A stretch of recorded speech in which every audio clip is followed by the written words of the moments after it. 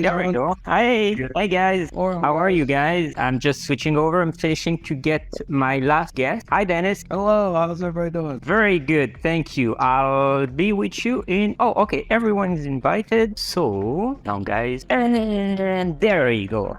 How are you guys? Okay. Good morning, good morning. Good morning. So Adi is supposed to join us in a minute. I'm super happy to have you over today. It's fantastic. So for my guests that are joining one after the other, we're just gonna get a few people,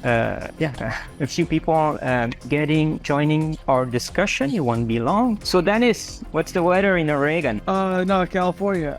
Oh, you're in California. Yeah, I'm Okay. in San Jose. Weather is never not too bad.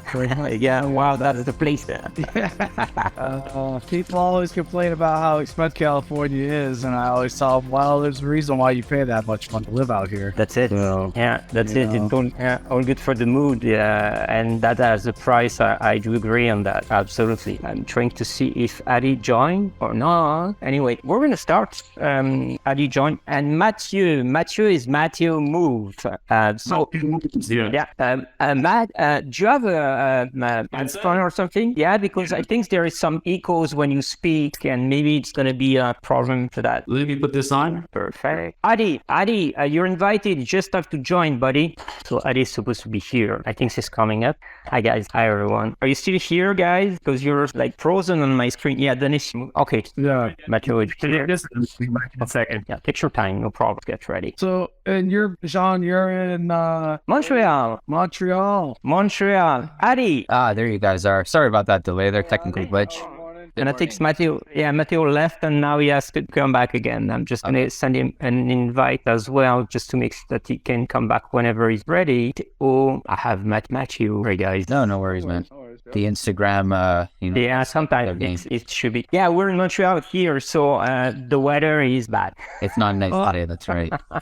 I grew up in Buffalo, so I'm used to the dreary weather. Yeah. Ton of snow. We're expecting some snow for tomorrow. Like I think it's like 4 or 5 inches. It's gonna be crazy again. So yeah, you ready, Matt? Seems like You got audio Hey problems? guys. Yeah. Adi, how are you? I'm very well, man. It's nice to see you again. Nice to connect. Yeah. On Instagram, yeah. Change your- You see, I Change keep your look. face. I'm going for Yeah. lumberjack for at least when it gets warm. That's right. Jean and I used to work. We worked together at an old studio gym that closed due to COVID. But we've done some training together and some manual work and break, man. The guy showed us how to move. Yeah, we're going to talk about that because that changed the way I was seeing activation and get ready for workout. So I'm going to start and present you guys. Let me just grab the notes I have. I'm going to start by Dennis here. So it's Dennis, and Dennis is one of the co-founder. You're the founder or the co-founder? Yes, Neil Valera, my Okay, so stick mobility specialist. Oh, you okay? And so Dennis has a long experience in sport. He's in this industry for over 20 years, and he has all sorts of certification and specification and knowledge about. When I read your resume, it's just like IFPA, NCEP certified personal trainer. You're a specialist in animal flow, FMS practitioner, ultimate sandbag coach. I love that. Mace bells, I tried that too. Fantastic thing. Indian clubs, TRX, kettlebell, and Neil Valera is the partner. They are the founders of the co-founders, so they are both founders of Stick Mobility, and everyone knows Stick Mobility. And I think that even Matt is using Stick Mobility. He told me that. He's a big fan of what you guys do. Like Matt, again, there you go. You can join whenever. Adi,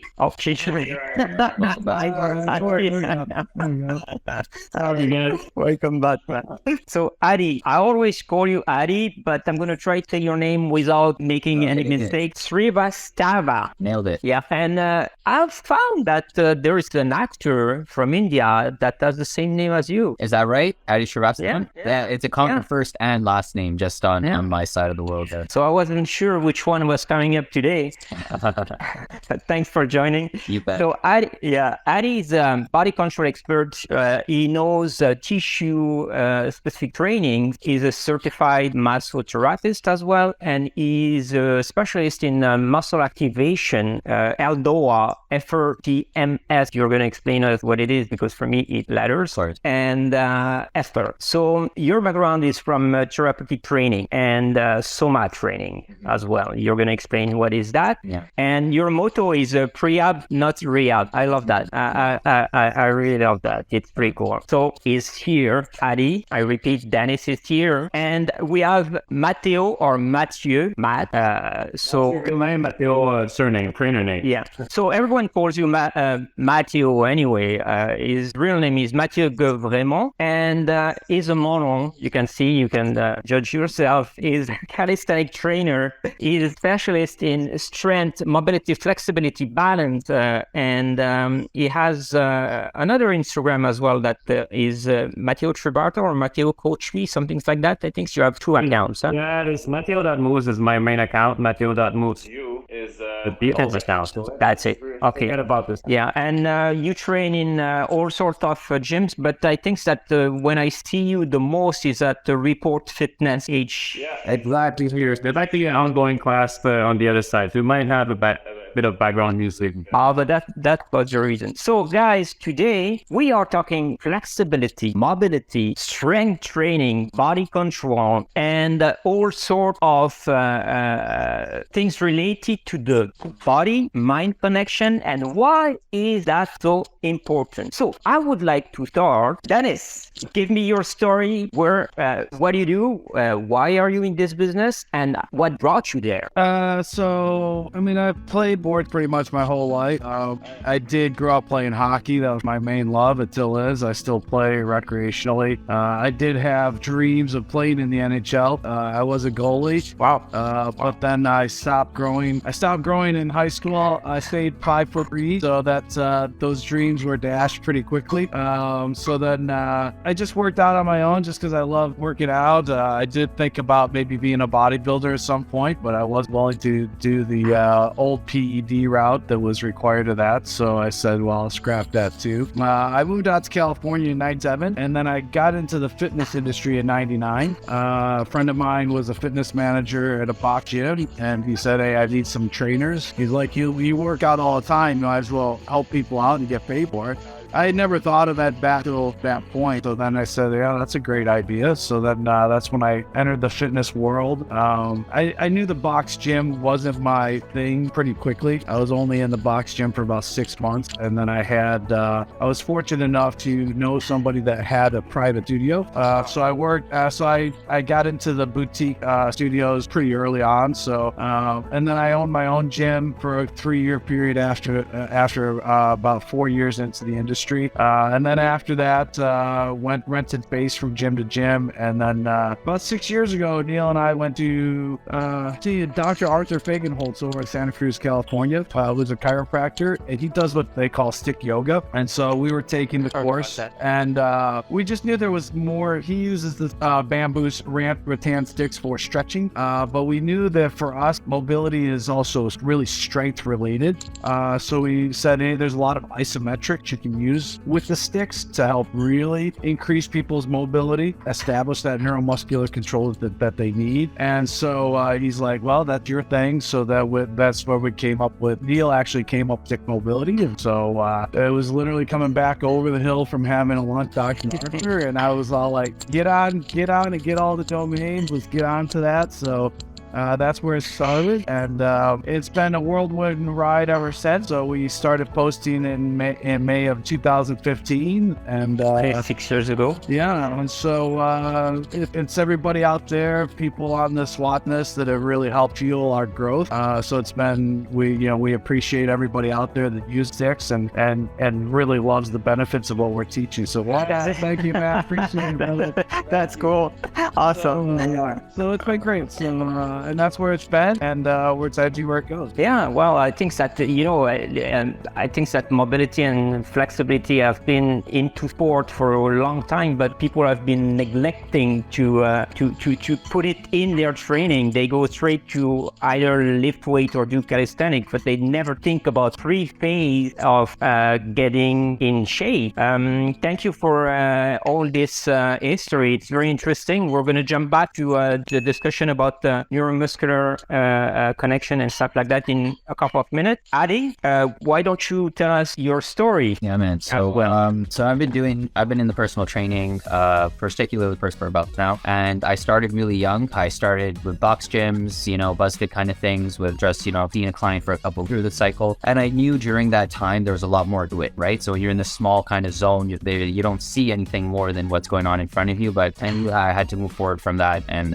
apply different principles or more complicated principles or advanced things to help people beyond the simple weight loss or simple strength training or machine work. And that led me down rabbit holes, things like FMS, FRC, the FRC functional range conditioning, which is a modality system. And I like the way that they theorize together, and I give a lot of tools for people to work with. And I'm sure, I believe you're both familiar with them. FMS is a great screening tool. We'll also offer courses around, body movement and how to kind of adjust the overall picture with small degrees of changes. And then here in Montreal, actually, is the Soma Institute. There are a few throughout the States and in Europe as well. And the Soma Institute is a osteopathic style of training that is really devoted toward creating, health is wealth kind of thing, and you move the body in the way it wants to move, and it creates its own results, right? So you work smart, not hard, which is cliche. That means that's the idea that I try to take in my work. And when I worked with Jean, I saw someone who performed and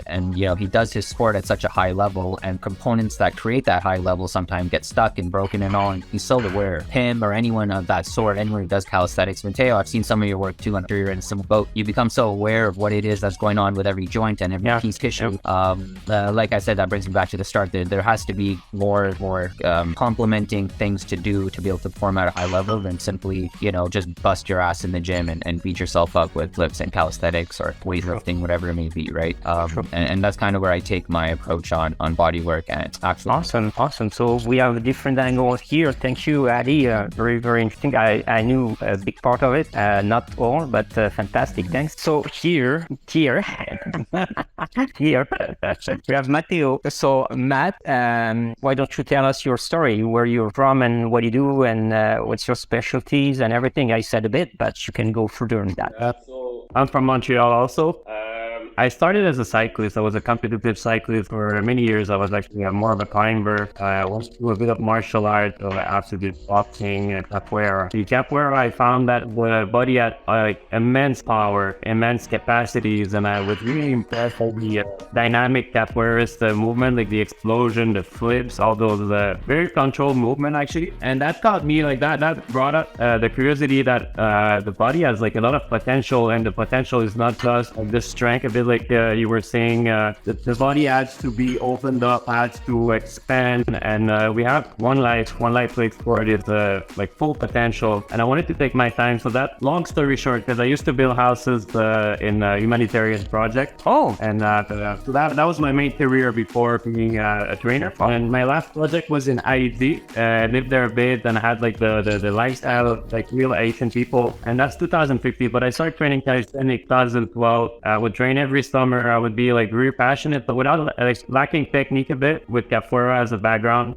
But when I came back from my last build, I lost all my muscle mass. I'm 6'1", I'm 180 pounds. I came back 150 pounds, same height. So I was like this. I burned all my muscles working there. And when I came back, what I did is I hired a personal trainer, and I started seeing that personal trainer 1 hour in the morning, 1 hour at night for 6 months. And after 6 months, I was very so twice and 2 times a day. Okay, 2 times a day, 6 times a week for 6 months to put on that mass. And then when I came like 6 months after this, like I was kind of self-sufficient, started working out on my own, did a lot of research, reading, started taking workshop with circus artists in Montreal. We have a big circus community, gymnasts, standards, and that also got me to appreciate the cleanliness of the movement, having like beautiful pointy toes, beautiful straddle, clean post bar, and really it's a hard form. Movement is a hard form. I think that has to be respected. And long story short, I thought, like a castle is built on strong foundation, right? And we have one life, we have we have enough time in life. Let's not rush to injury. Let's take the time to build everything slowly and over time, without having like a set goal of time. Things will come, and it will come clean, it will come control. And I really appreciate control over anything else. Something that executed with intention. That's to where you are.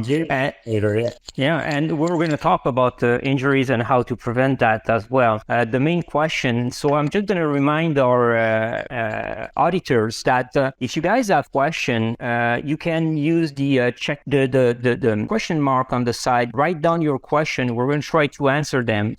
Give me a phone, please. That's not the kind of question I can answer now. But you can put your question there. We're going to go over them and try to answer them. I would like to start with the subject that everyone has, not you guys, but everyone has on mind. What is the difference between flexibility and mobility? Well, Dennis. for flexibility defined is just the ability to bend without break. So, I mean, if we talk about path range of motion, for us, mobility is just simply the ability to move. Whether it's like mentally, whether it's chemically, flexibility is a component for us of mobility.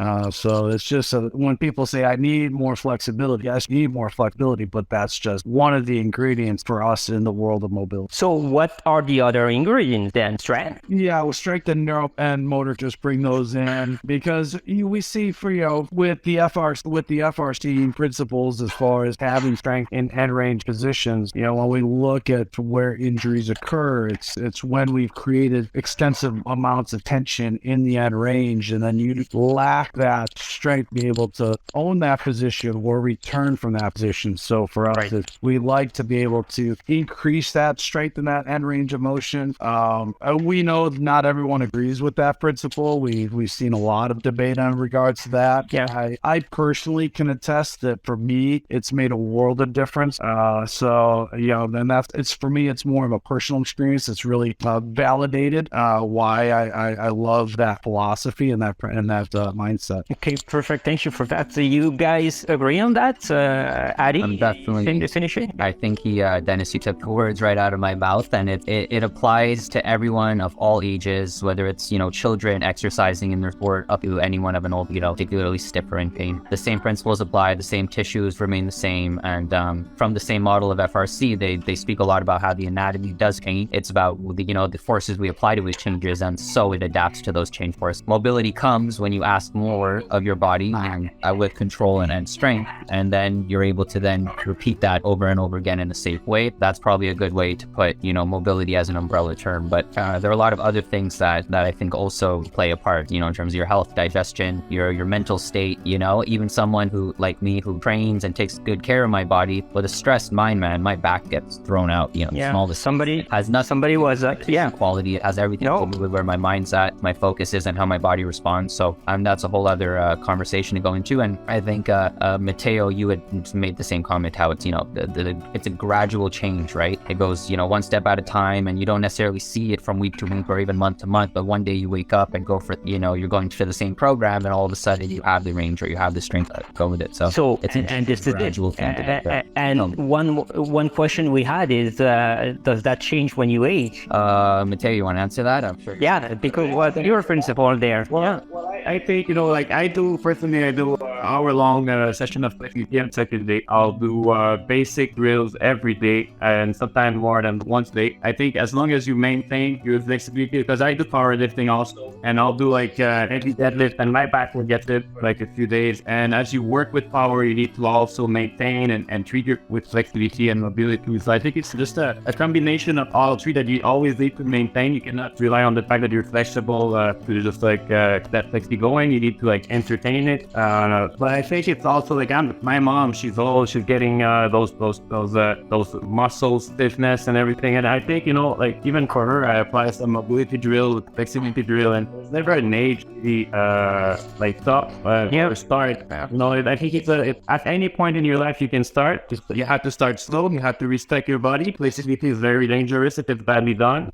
So it's always like small increments, but it's never too late to start this or to entertain this. Yeah, I do remember seeing in Miami Beach on South Beach, old lady doing super flexible stuff and mobility at the extreme, and she was over 90 years old, and she could do moves that I would not even dream of. And this is it. There is a principle in science that say we are all flexible. It's our brain that actually risks us to make a move that it doesn't feel comfortable for the body to be made and to get you back to the normal position you are in. Do you guys agree with this principle, or is it just science thinking? I think your mental approach to it really, and I think like Adi referred to just a little while ago, we're starting to respect, as an industry, we're starting to slowly respect that in regards to having the right mindset, but the brain is king. I mean, it's when you try to move, your brain is looking for that stability, and if it does have it, it's not going to give you the movement that you're looking for. I know, for me, for rock climbing, well, that was finally the thing that got to establish that thought process of understanding if my body doesn't send a stable creative tension line, it's not going to let me do what I would like to do. But yeah, the mental approach is really everything, because even if you try to do mobility training for someone, if they're not buying into it, if they don't trust the process, if they don't mentally have the right approach, you're going to be fighting a really hard struggle. Yeah, they're gonna work against their fight and flight response, and most of the time go against the flow of getting into mobility for sure. Mash, you said some things that I'm very intrigued with. So flexibility, mobility, you do drill, and you do weightlifting. So many people are saying that weightlifting goes against being flexible. You're the proof that it's not. No, I don't think it is. I think actually, the depth on the squat is improved by mobility fatigue. I take like the normal gym goer, and the squat is gonna stop pretty high, and you have to like develop your ankle flexibility, your hip like go deeper. It just opens up range of motion, like deep in the demand on the muscle. Actually, I think there's a fine line where actually sometimes being super flexible is dangerous. It's that I do like a muscle up and my wrist will overextend above the bar, or circus artists that I've trained, acrobatic artists, don't like to work too much on flexibility, because if they do backflip and it opens up too much the shoulder, it could go too deep too fast, So there's also like, you have to be aware. The more flexible you become, the more aware you have to be of your movement. But also I think it comes with the practice. Is the more you tap into mobility, flexibility, and strength, the more body awareness you'll have, and the more feeling you'll have for what is activating and where's to stop. And like they said, controlling controlling the movement and holding that movement by strength. So I think it goes hand in hand, actually. Yeah, and it goes back to the brain again, like Dennis was saying. And Dennis is especially the U.S. Olympic weightlifting level 1. So that's something we know it.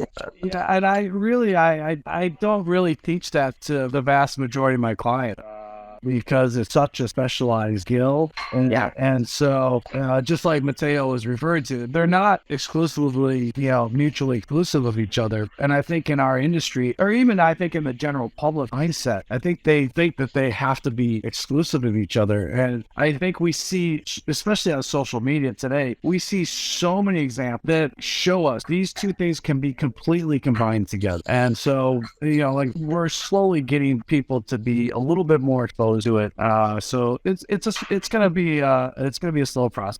Yeah, I think that people are understanding now that the sport is we hear everywhere body-mind connection. Okay, it's a huge principle. In theory, it's true. There is body-mind connection, body-brain connection, but in reality, we're one piece, and it's all connected, and it has to work the same way, whatever it is. And this brings me me to a topic I want to discuss with you guys. So we're going to try to get step by step to get to mobility, flexibility, and stuff like that. We need activation. So Adi, I know that you're a specialist in activation. Can you explain? Can you explain us what is activation exactly? What does bring and why we do activation? So so I'll start by kind of outlining that word activation, because the way I define it versus the way the next person defines it could be totally separate.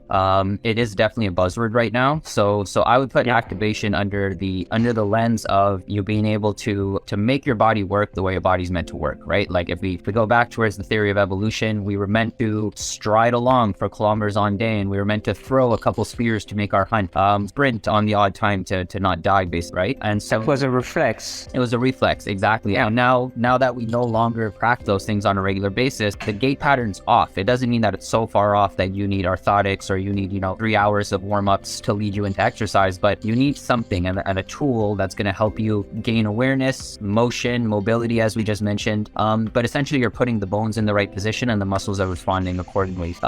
There's a physical therapy modality called the Be Activated by Doug Keel in particular, and it was something I practiced in the past, which is very hands-on. It practiced that you implement breath with every technique. So everywhere you're doing a technique, the client is using their breath to help kind of bring things together and settle it all in.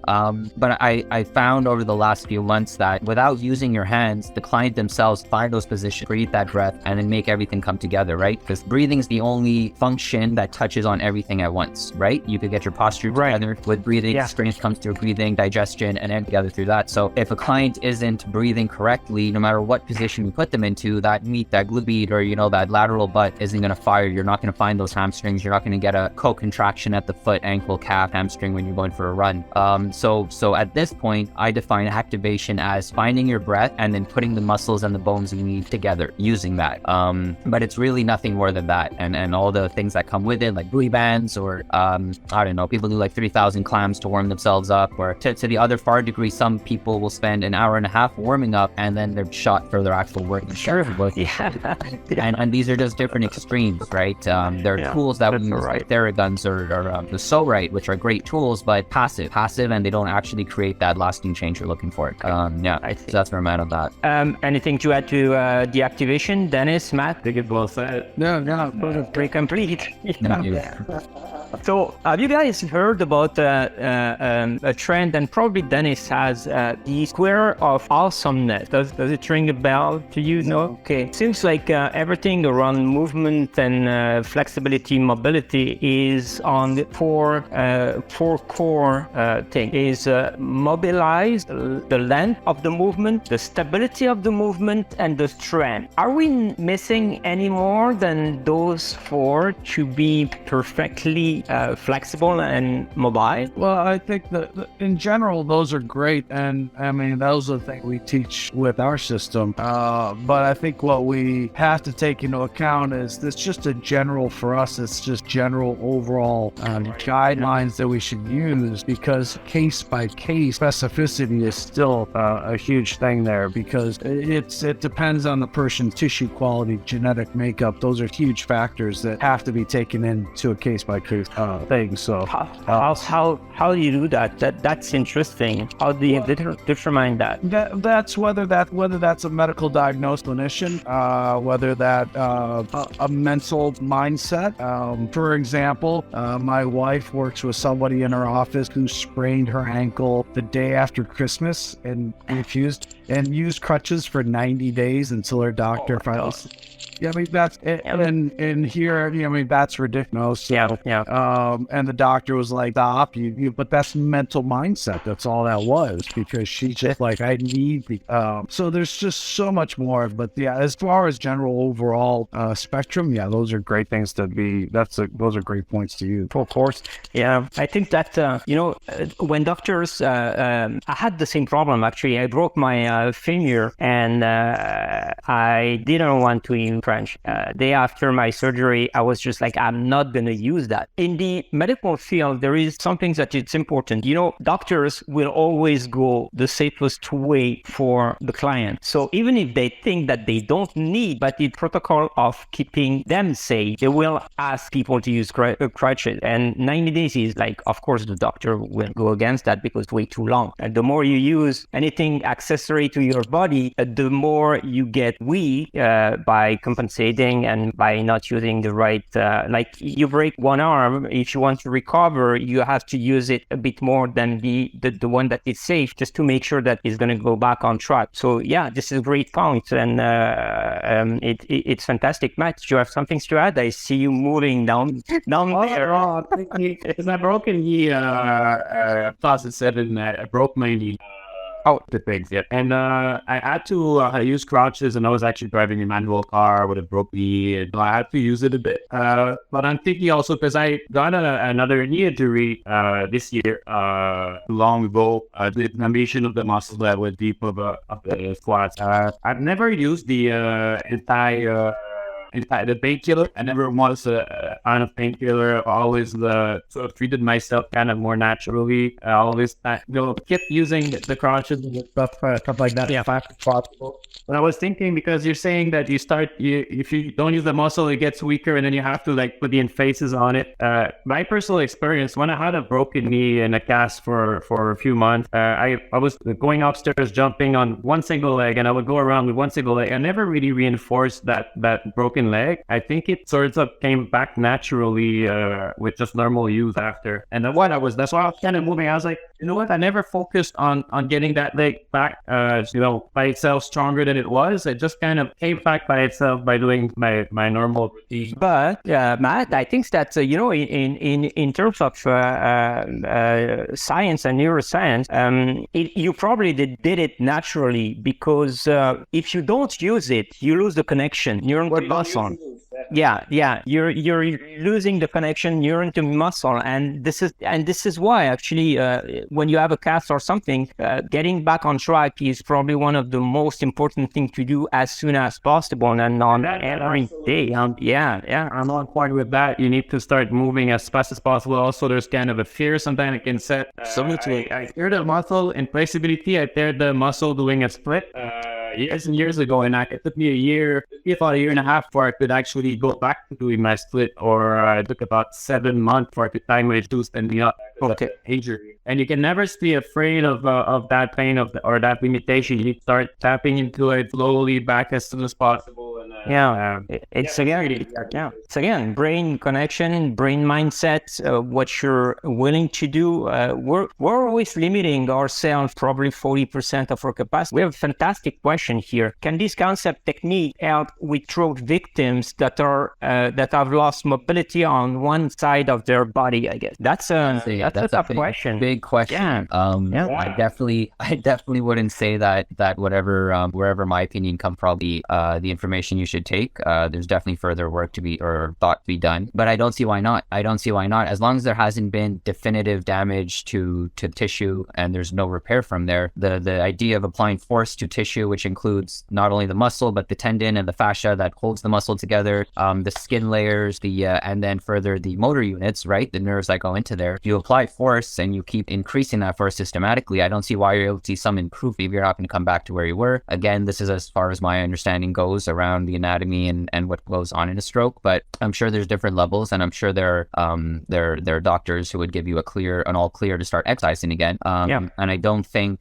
a shoulder press is the best thing to do after coming off a stroke where you have impairment or damage to that side. I think my experience and our experience with isometrics is a great place to start. I would always put them through breathing to make sure the ribs have a good relationship with pelvis, so there's clear amount of movement, scapula and shoulder. And then I don't see why anyone with any ail can try to better themselves with these very small mobility theory, but these increments of strength training. Basically brings us back to our first point. It's all strength training, right? The tissue will only adapt to become mobile if we apply a force, which is essentially a strength adaptation. So, and I think everyone would agree that any ailment can be tackled, but with different parameters, different rules. I think that Dennis, that's your specialty. You have many clients that are coming from injuries and stuff like that. I typically deal with 50 to over. That's my demographic.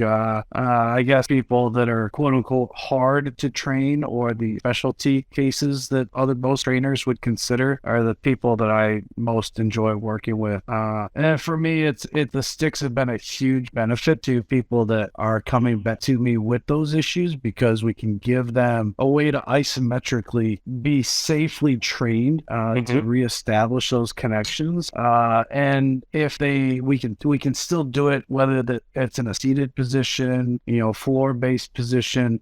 If they have trouble standing, well, then the sticks give them that added stability, because you got more point contact to ground. So sometimes that's what they lack. So yeah, just like Adi was talking about, it's just getting them to adapt and not. And what Charlie Weingroff would say, it's just about dose.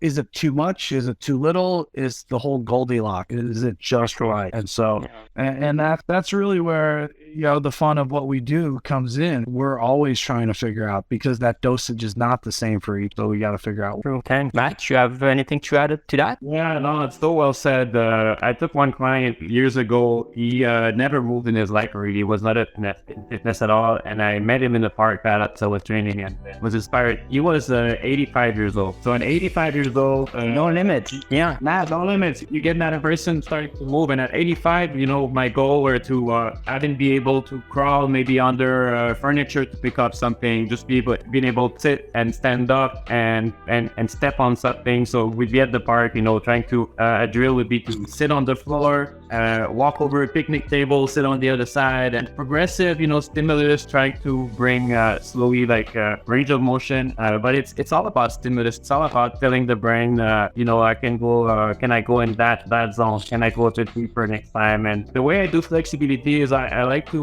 hold position. I like to hold discomfort of a level 8, 10, and I teach my client sort of a healthy discomfort, but to start to adapt to love this sort of pain, healthy pain that we have to tap into for proper gains in flexibility. And I think it's when most people will stop is when they feel the discomfort, they're going to disconnect. It's kind of the safe stimulus.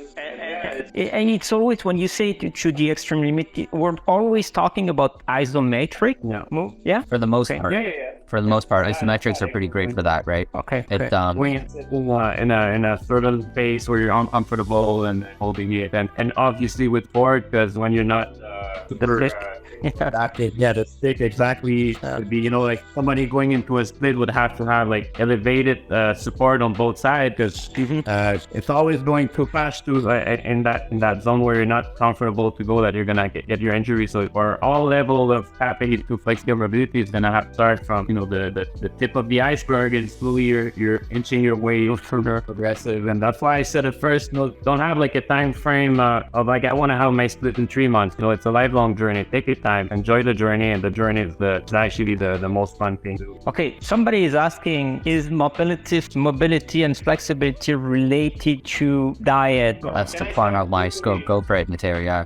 And say, I'm super lean, and I like to keep my leanness not for aesthetic, because I think it broadens the range of motion. So when you do compression work, let's say you press a hell sit to a handstand, you're gonna have close in on your stomach so much, a tiny little layer of fat will change the entire process of lifting up. I see. I think diet, fitness, is all about encompassing as much beautiful things together. So a healthy diet, the proper rest, strength, flexibility, and all the aspects. Definitely you need to have a healthy body. A leaner body will help you do more broader range of motion, I think. I don't think I've seen people extremely obese who are beautiful. Yeah. On social media, you see these guys, they're overweight, but they do flip. I can do that. But it will definitely help in compression-based movement for sure. I think be healthier, leaner. Okay. Checking the question. Nutrition, sleep, of course, has some things to do with flexibility, because it's overall a part of our training.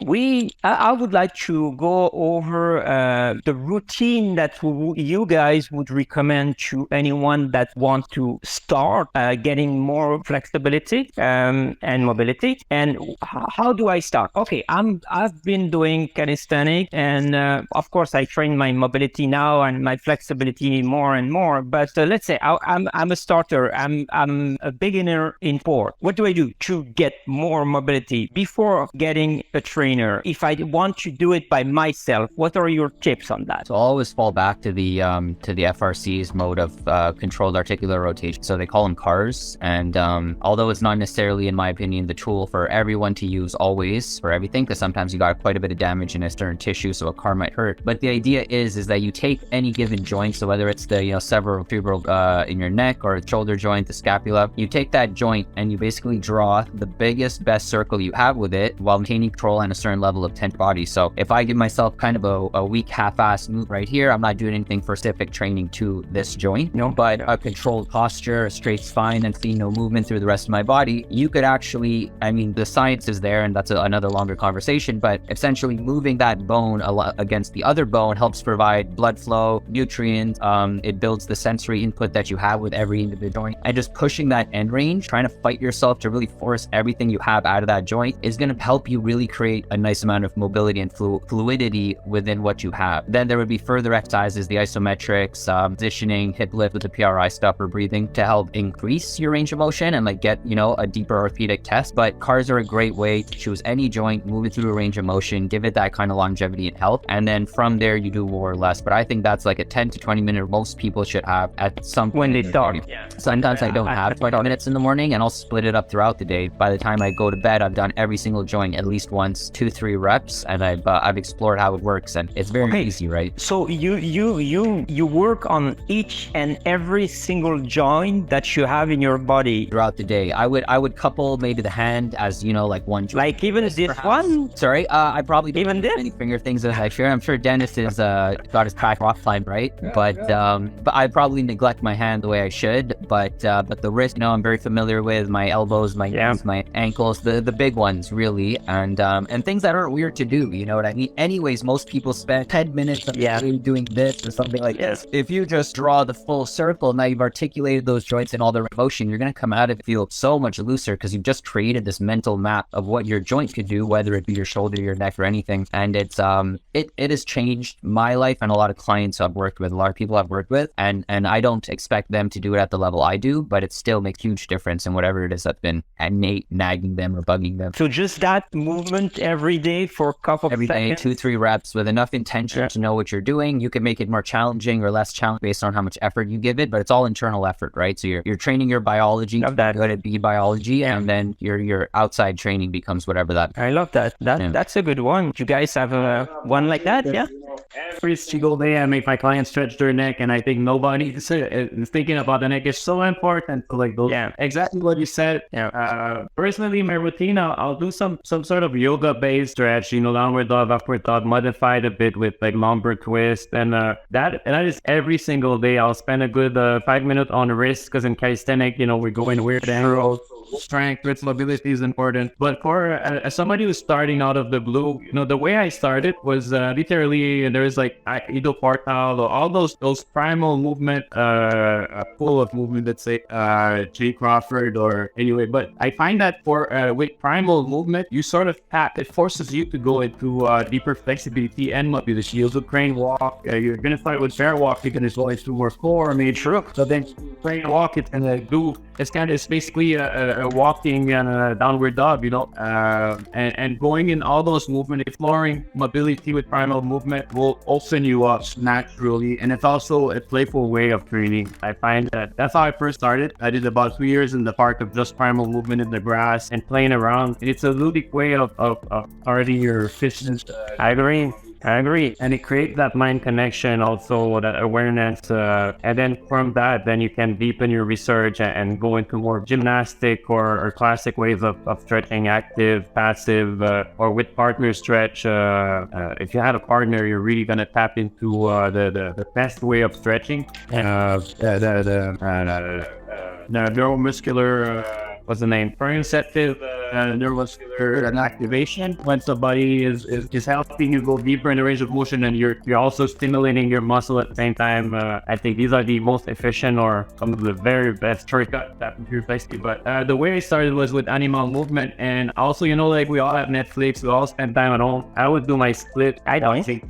Oh, well, it's not even better. Well, let's say, you're enjoying a meditative time, or you're passive time. That's when I would do passive stretch. Like we have time feel, you can just sit and tap into that flexibility as you do other things, and keep the balance shift or active flexibility for after or with your workout. So there's so many ways, and primal movement is a big session of mine for Not that. So we have 2 tips here: your neck, barefoot walk, and use your time to stretch. Dennis, let's hear some nice stuff. Yeah, it's cool. The joint stuff is great. I wholeheartedly get into that.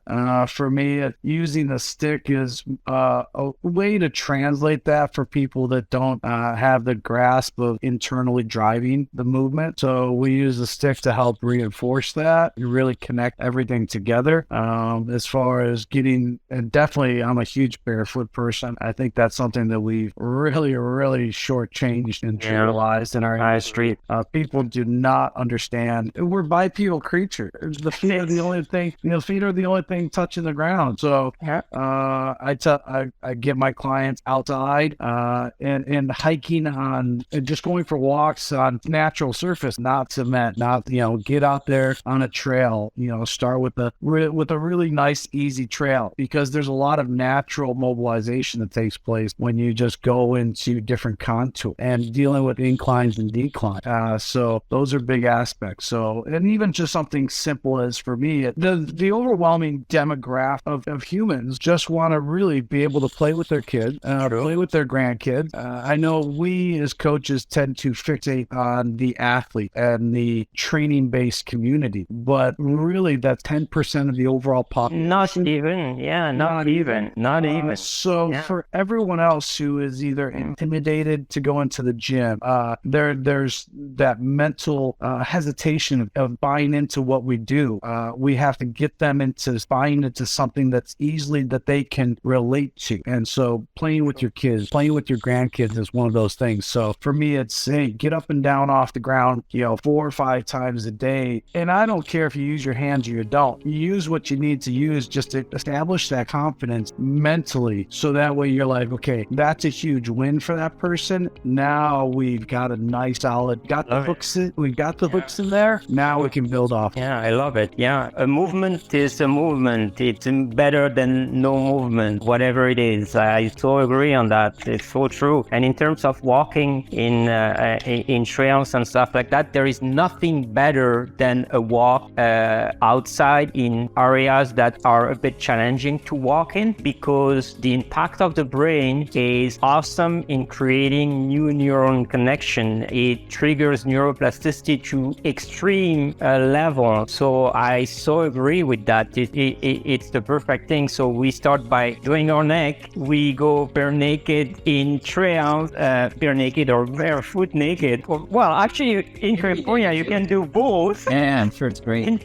In Canada, it's hard. Some people do it. It's called cold exposure, but not that much. Well, it's interesting because, like with what Adi was talking about with mobilizing the neck, when you watch people walk, who looks up anymore? True. I mean, nobody. It's amazing to see how many people can't look up and walk a straight line. And if you call them on the side, they're just like, true. I mean, so you watch people walk. You see it when you're in an airport, or you're even when you're out on trail. People walking past most of the time, just looking down at the ground, and you're like, well, if you looked up and mobilized the neck. True. Yeah. Well, I think that they don't mobilize the neck because of the phone. They're always like watching the phone, and this is the problem that is ongoing more and more. It's a problem on the neck because of the phone or computer. It's all right. Yeah, I agree on that. It's so important, the neck. stimulate the connection. And Adi, you were saying that it gives you a motion in the brain that makes your brain aware of what you're doing. And this is related to another similarity and discussed in neuroscience as well, is handstand. The same thing, because you change the way that your brain perceives the environment. You activate your brain in a way that it is differently, and you are ready to get more challenging situation because you do that. So if you do the neck move and then you go on into an handstand, you turn to be super prepared to get to a workout. Totally. Yeah. It's man. It all integrates, right? It all integrates the variability of your moves and what you practice. And if you're a runner and skier and a kayaker, you climb mountains and you play tennis, you're gonna be one hell of an athlete. You're gonna be much better an athlete than the one who's at 5 times repeating the same patterns, locking themselves into the same routines. And I think that's basically what we're all kind of pointing at, right? That it all fits together into such a nice box, right? You mentioned, in fact, you said that the brain and the body is one. There is no separation. There is one. People are always, we're always saying the principle of body, mind, brain connection, but we're just one, and it's our extent. Our eyes are actually our brain outside of our skeleton.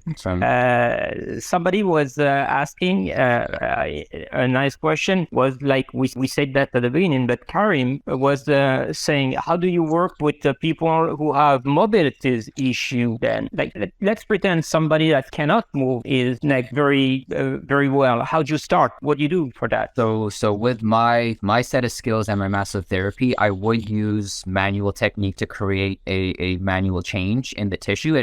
You alluded to this earlier, how there's two types of tension that you would find. It's either that mechanical tension where my tissue is unhealthy and it's not moving against each other very well, or there's that neurotension where I can't manual therapy the nervous system. So it doesn't matter how tight a shoulder may be. If someone has locked up back there, I got to use movement. I have to use movement to unlock that neurotension. They have to calm their brain down, and then you move through with that. If it's just simple, someone's stiff and they haven't moved, apply the principles we've been talking about. Buy the stick. I just have my piece of plastic here, but I'm definitely going to upgrade and get some real tools, and it's really going to help my clients too. But much better confidence on the ground. Start on the floor, start laying down, start where you're comfortable, stand up slowly, and just kind of build. Has to be systematic, but it can be done with anyone. Yeah, probably change it by step or stable if you wanted him to. I agree. That's fantastic. Guys, I've been keeping you for an hour, and it was like. So good. Yeah, it was fantastic. Nice meeting you guys. Pleasure. So much. Pleasure, pleasure. So very much. Yeah. So we have just to repeat for the audience here. We have Dennis, Stick Mobility inventor and co-founder. We have Adi here, is a specialist in movement and activation. We have Mathieu Mathieu here is animal flow calisthenics specialist, flexibility, mobility, and a trainer. And it's Jean, me.